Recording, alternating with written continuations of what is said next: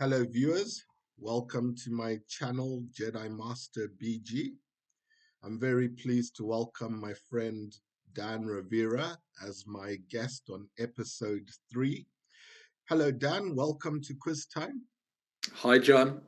Looking forward to testing you on a few quiz questions. Every episode will have a different guest. So stay tuned until the end of this episode and find out who my guest will be on episode 4. Dan, for you, you've got 11 quiz positions to tackle, and they range from fairly easy to a bit more complex. Are you ready to get started? Let's have a go, John. I'm looking forward to it. Okay, so this is your first position. Can you see everything nicely? Yes, I can. Yes. Okay. Super. So I can see that it's a 3-point match. I'm currently 2A, 2A, and we're on the bar. So, yes, there are some options here, of course. We can make the anchor, make the 21 point, or we can hit on the 9, or even hit on the 2. The hit on a 2 point looks a bit deep in the board, so I'm going to rule that one out. So it's between making the anchor and hitting on the 9. Now, it wouldn't be wrong at this score to send the cube 2A, 2A.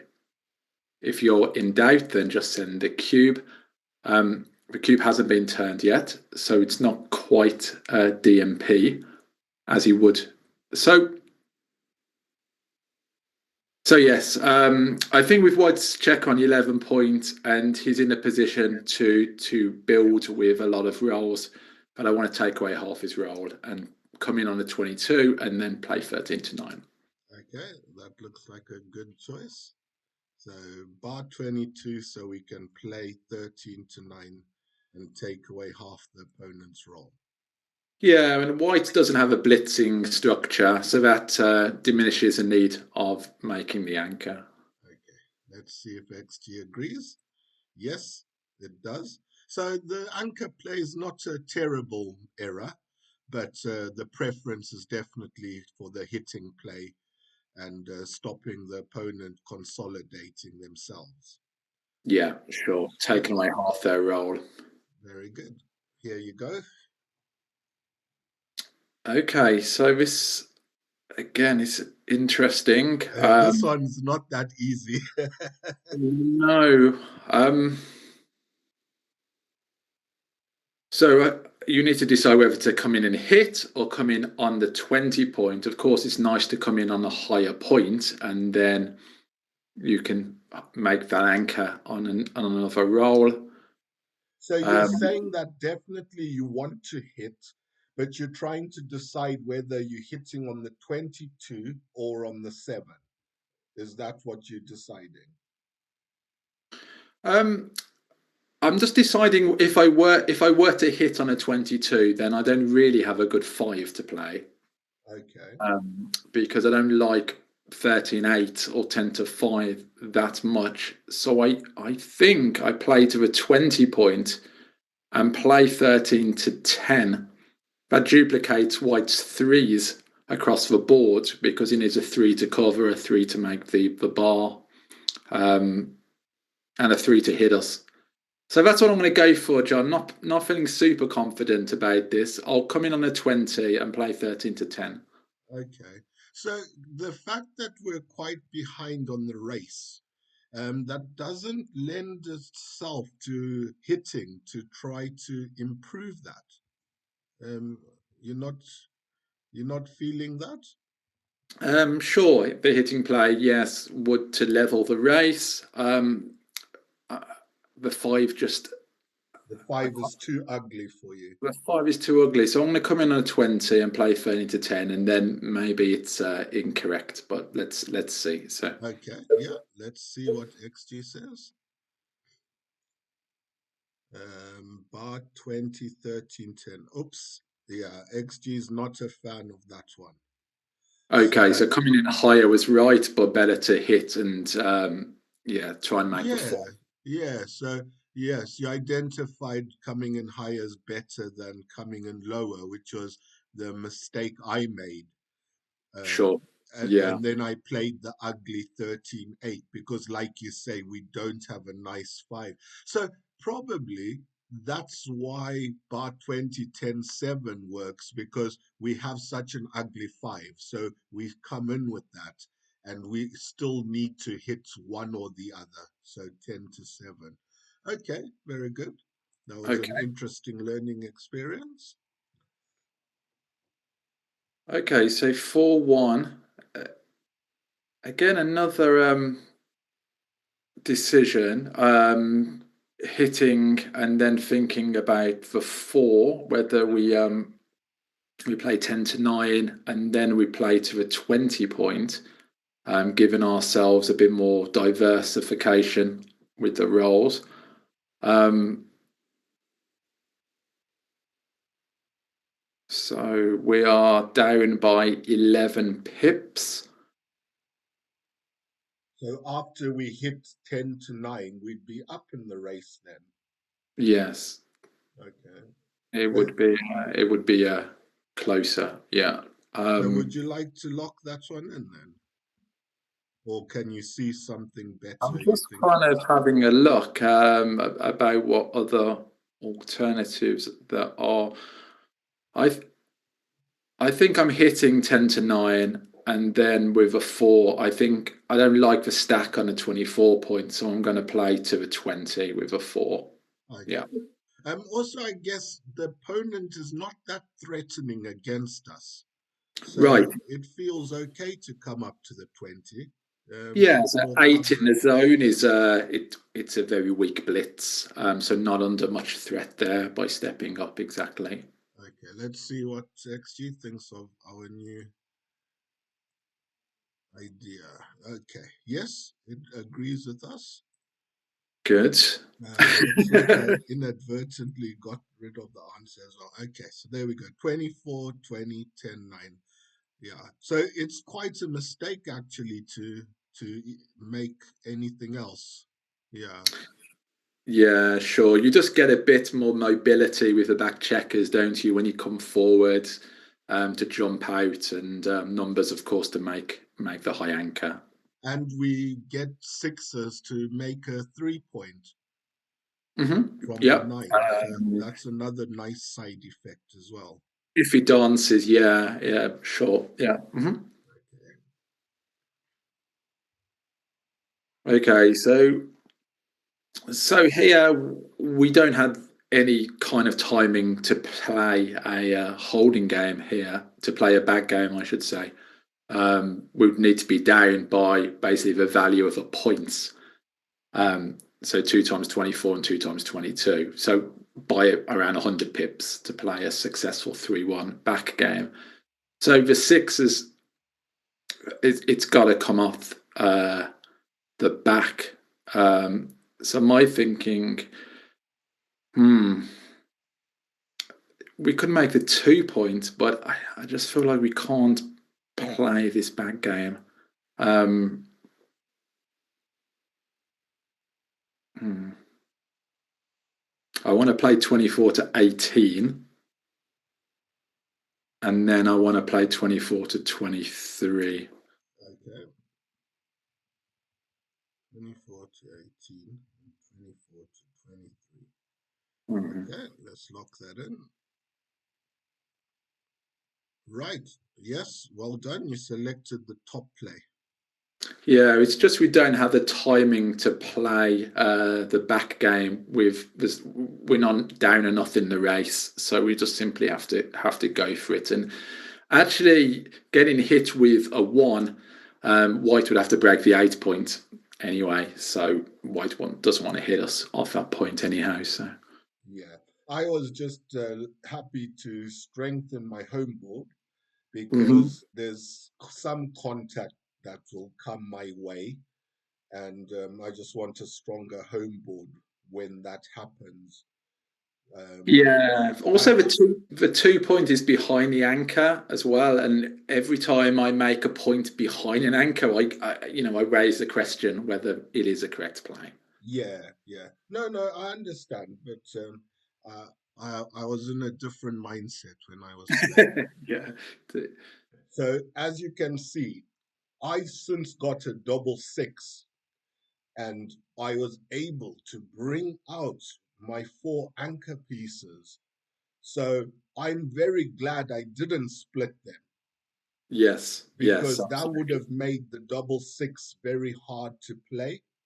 Yes, yes, of So course. it worked out well for me in the end. But okay, your choice now is 5-3. What are you going to do with this? Okay, so this is another interesting one. So I'm looking at the whole board, all four quadrants, and I can see that white has two blots in board. That usually invites you to make a bolder play because white's not going to be able to hit you and clear up at the same time. But here, I think it's somewhat of a distraction because white does still have a 6, 5, and 4 point made. So I could play 16 to 8, but that gives white fours to hit and five, sixes, and ones to cover. That sounds like quite a lot. Sounds a lot, yeah. So I'm thinking of just making the 3 point and then just waiting to see what happens. But let me just think a little bit more kind of about this one. Um, what else? Oh yes, I didn't notice it at first, but actually, if you come off a 16 point, you duplicate the ones for white to make the 2 point and only leave an indirect from the anchor and also give yourself good numbers to make the 7 if you're missed. I'm going to go with that one. I'm going to clear the 16 to the 11 and the 13. Okay, that's an interesting idea you've come up with. 16-11. I don't like it that the opponent's got a spare checker on the anchor.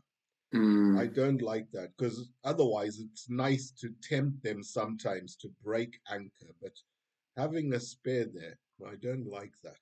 Let's see what XG thinks. Well done, Dan. Another good move here. yeah, I think making the 3 point, which looked right to begin with, you're in the position, aren't you, after that roll that, well, what are you going to do then? Then you're going to have to break, and white could even have a stronger board at that point.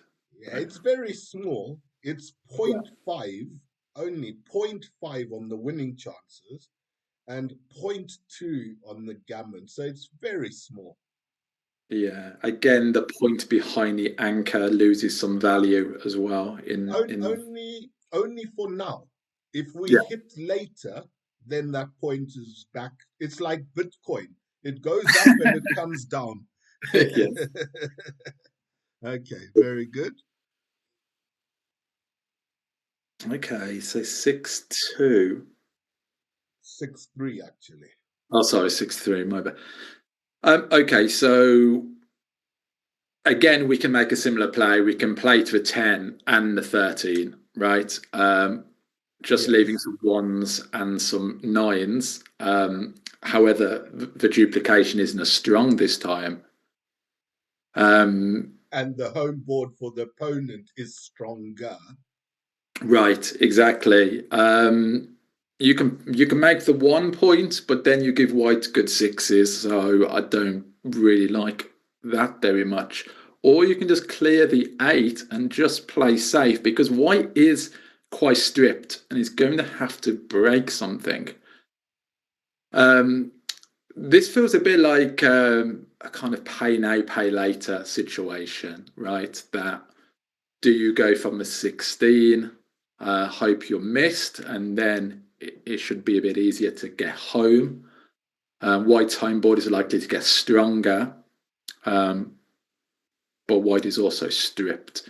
If we I go to the 13, I count 15 out of 36 hits, which is, it's around what, 42, 43%.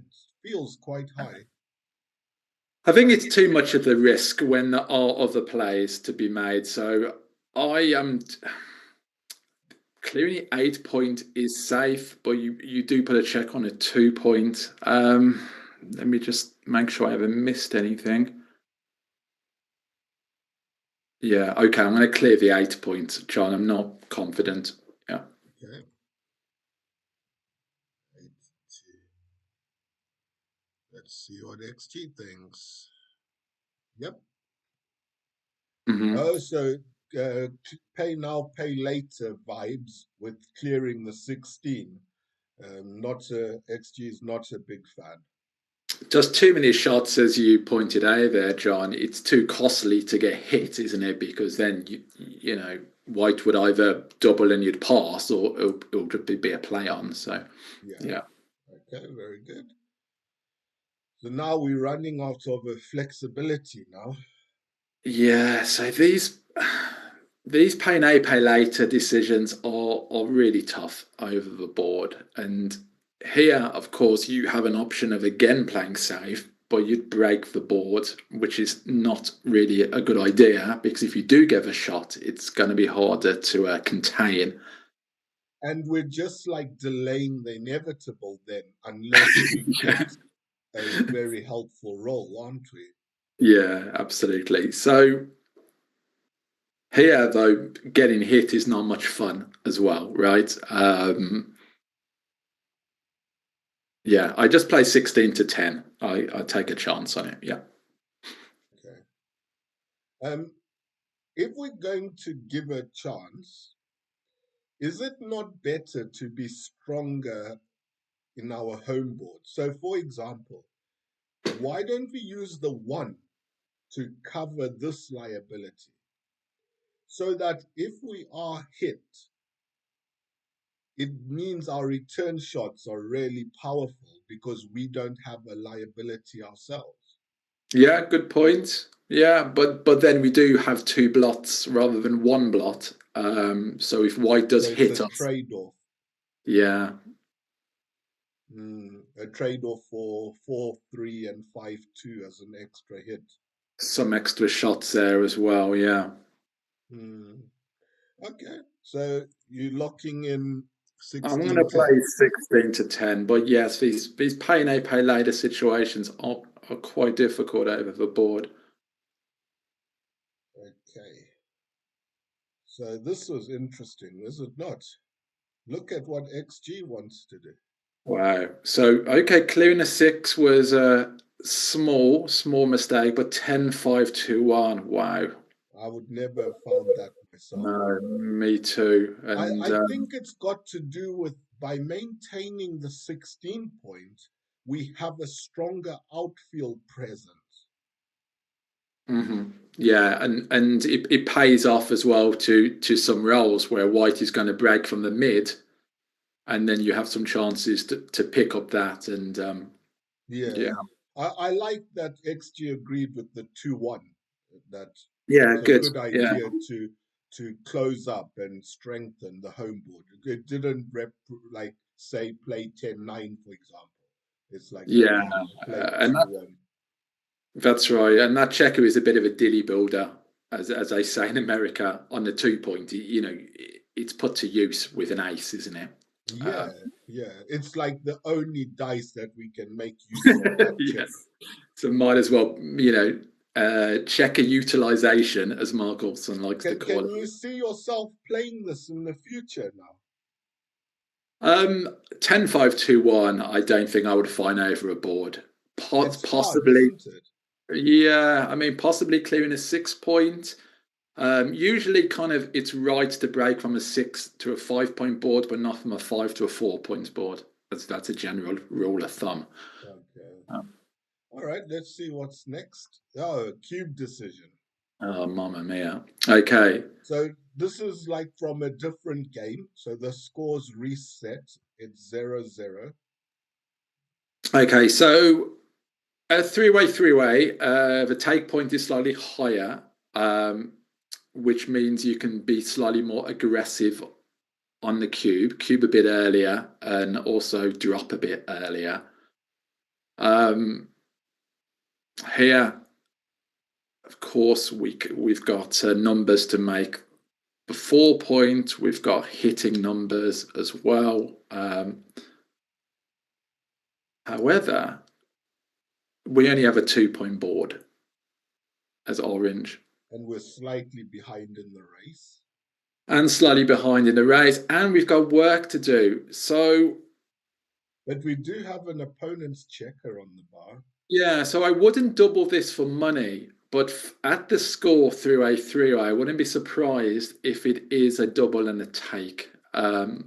Just adjusting for the take point. So I'm gonna say it's a double and also a take. Yeah. I'm always happier to double in money than in a match because you losing money is fine. I hate losing a match. Okay, Brilliant. let's see. Double take. Okay, very good. Yeah, I think for money that would possibly be a no double, or it would certainly be smaller. That's why you should always play a chouette with me because I'll keep you. It's Okay, good. It's a good position now, John, that you've chosen because it just shows you that you need to be very wary at different match scores of adjusting your cube action, and it's something maybe kind of newer players don't do enough, over the board, thinking about what is a score, how does that impact on my cube handling going forward. okay. Um, from the game, because this is from a game I played. For me, whilst I'm not disagreeing with you by any means about the match score implications, for me, I just saw a lot of potential good to come, and I didn't want that to happen, and my opponent then being scared to accept my cube. Sure. So I was looking at the glass as half full, and I thought, let me try and cash in. Yeah. And look, we do have some good gammon percentages. XG Yeah. points to gammon wins, which would be match defining as pretty high, even though we are slightly behind in the race. So, yeah, I'm glad I found that cube. You did as Yeah. well. Well Good. done. We don't give a full value for the gammons, of course, at the score on the turned cube. The Um, value is winning. okay, so 3-2. It's really nice to make the rack here, to make a 6-5 4 point. I mean, usually that's the right idea, but I also like trying to get off the anchor as well. Um, So the opponent's got one on the bar. So yeah, the advantage of 6-5-4 is we occupy another entry point. sure. So, Yes, but there are still three entry points. So he's still got a 75% chance of entry, even if we close that. yeah. So there's five more dancing numbers when we've made a 3 point board compared to a 2 point board. That looks like it could be the play, but of course, I also like hitting and splitting because really, like we want to get off that anchor, try to upgrade to a higher anchor. Um, Splitting is really nice because we put pressure on this blot on the 14 as well. sure. I mean, I'm torn between those two. I think it's either going to be the 4 point or hit and break, and I think now is a time to create a bit of movement. So let's play for 20 point and play 13 to 10. I think that's the best one as well. With the cube turned, our Hmm. objection should be gammons. And I think hitting definitely is the gammon go play. Hmm. So I totally agree with that. Let's see if XG agrees with us. The hit, the 13, hit and 10. split play, yeah. Okay. XG is funny, it doesn't always agree. There we go. It does. Yeah, good.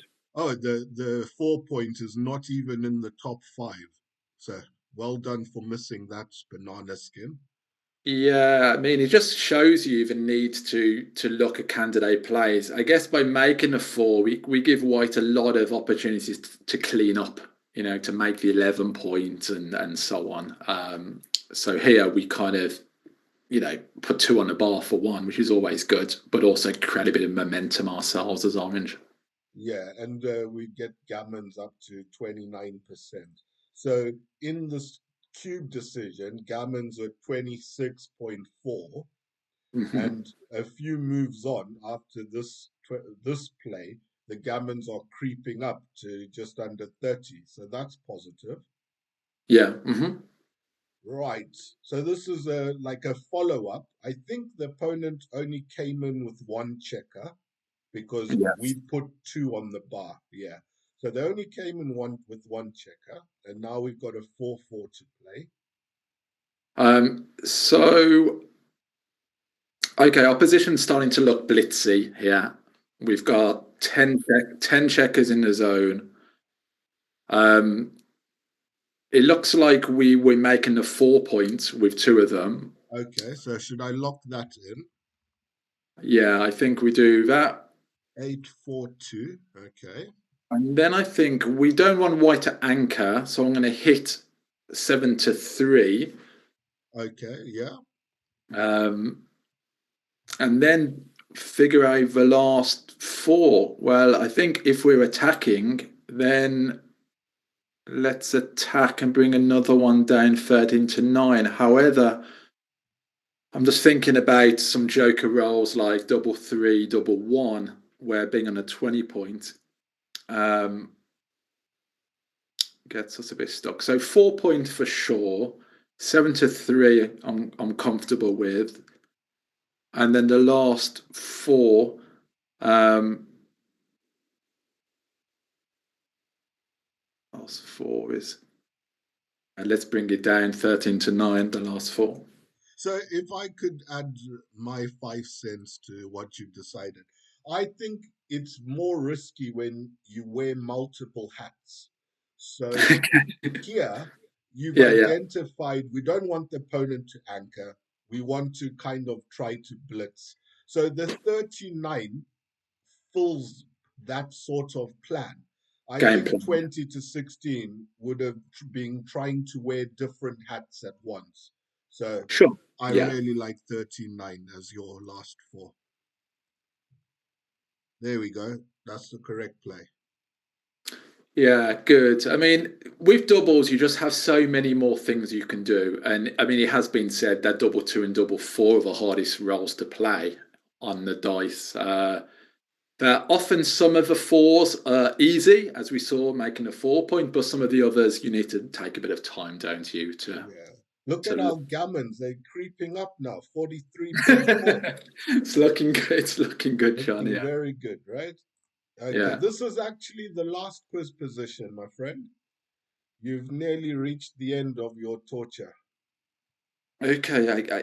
Again, this looks like get him off the 3 point, stop him anchoring, because if he makes that point then it's just going to sit on a 22 point, for ages. So I'm just kind of seeing what else there is if we were to hmm,